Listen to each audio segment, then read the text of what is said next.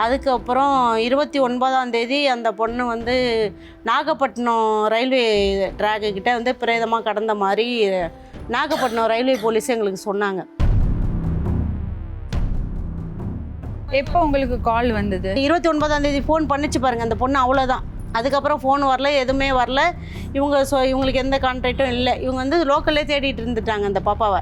அப்போ மே மாதம் 4ஆம் தேதி இந்த பையன் இவங்க வீட்டுக்கு வந்திருக்கான். அந்த பையன் அந்த தினேஷ்ன்றவன் வந்துட்டு, நீ மட்டும் வந்திருக்கே எங்கே பாப்பான்னு இவங்க கேட்டதுக்கு, இங்கே தான் வந்திருக்கோம், நான் வந்துட்டேன், காணோம் அப்படின்னு சொல்லியிருக்கான். உடனே இவங்க வந்து திரும்ப வடலூர் ஸ்டேஷனில் போய் மறுநாள் கம்ப்ளைண்ட் பண்ணியிருக்காங்க.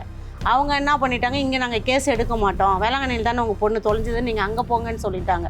திரும்ப இவங்க 6ஆம் தேதி வேளாங்கண்ணிக்கு போகிறாங்க. போய் அங்கே கம்ப்ளைண்ட் பண்ணிவிட்டு, இந்த மாதிரி இந்த நம்பர்லேருந்து தான் எங்களுக்கு லாஸ்ட்டாக ஃபோன் பண்ணிச்சு, லாட்ஜுக்காரங்க நம்பர்லேருந்து, எங்களுக்கு அவங்க பேரில் டவுட்டாக இருக்குன்னு இவங்க சொல்லியிருக்காங்க. உடனே இவங்க 2 பேரையும் வெளியில் உட்கார வச்சுட்டு அவங்க வந்து அந்த லாட்ஜுக்காரங்களை வர வச்சு பேசியிருக்காங்க.